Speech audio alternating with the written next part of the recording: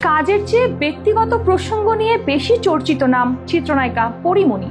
কখনো প্রেম, কখনো বিচ্ছেদ, কখনো আবার বিতর্কিত কোনো কর্মকাণ্ডের কারণে সংবাদের শিরোনাম হন তিনি। বিষয়গুলো নিয়ে রীতিমতো বিরক্ত এই অভিনেত্রী। ভক্তদের কাছে তাই পরীমণির হাত জোড় অনুরোধ, আমার ব্যক্তিগত জীবন নিয়ে আর টানাটানি করবেন না, এবার আমাকে ছেড়ে দেন।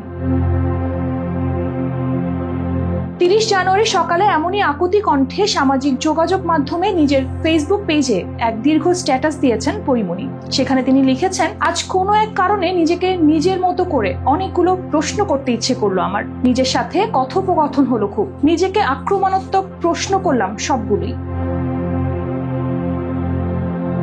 প্রশ্নগুলো ছিল, কর্মজীবনে তিনি এমন কি করেছেন যে কারণে জনগণ সহ গণমাধ্যমগুলো তাকে নিয়ে এত মেতে থাকে? কাজের চাইতে ব্যক্তি জীবন নিয়েই কেন এত আগ্রহ সবার? এবং সর্বশেষ প্রশ্নটি ছিল, বাংলাদেশের লিজেন্ড অভিনেত্রী শাবানা, ববিতা, রোজিনা বা কবরীরা কি ব্যক্তিগত জীবন নিয়ে ফোকাসে থাকতেন? নিজেকে থামিয়ে দিলাম এরকম হাজার প্রশ্ন থেকে, কারণ জীবনে কখনো কখনো নিজের কর্ম অবস্থানের থেকে খুব বেশি জরুরি হয়ে পড়ে এই জীবনটাই। প্রত্যেকটা জীবনের অধিকার আছে সুন্দর করে বেঁচে থাকার। আমার প্রথম অনুরোধ, প্লিজ এবার আমাকে একটু ছেড়ে দিন। আমার কাজের বাইরে আমার ব্যক্তিগত জীবন নিয়ে আর টানাটানি করেন না, আল্লাহর ওয়াস্তে। বিশ্বাস করেন, এখানে আমার জীবনটাই অনেক বেশি গুরুত্বপূর্ণ।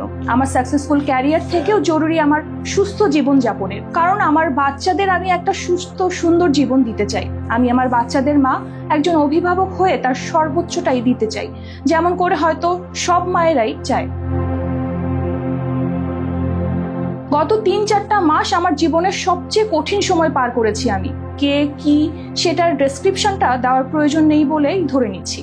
আমি নায়িকা, আমি মেয়ে, আমি সবকিছু ছাড়িয়ে একজন মানুষ।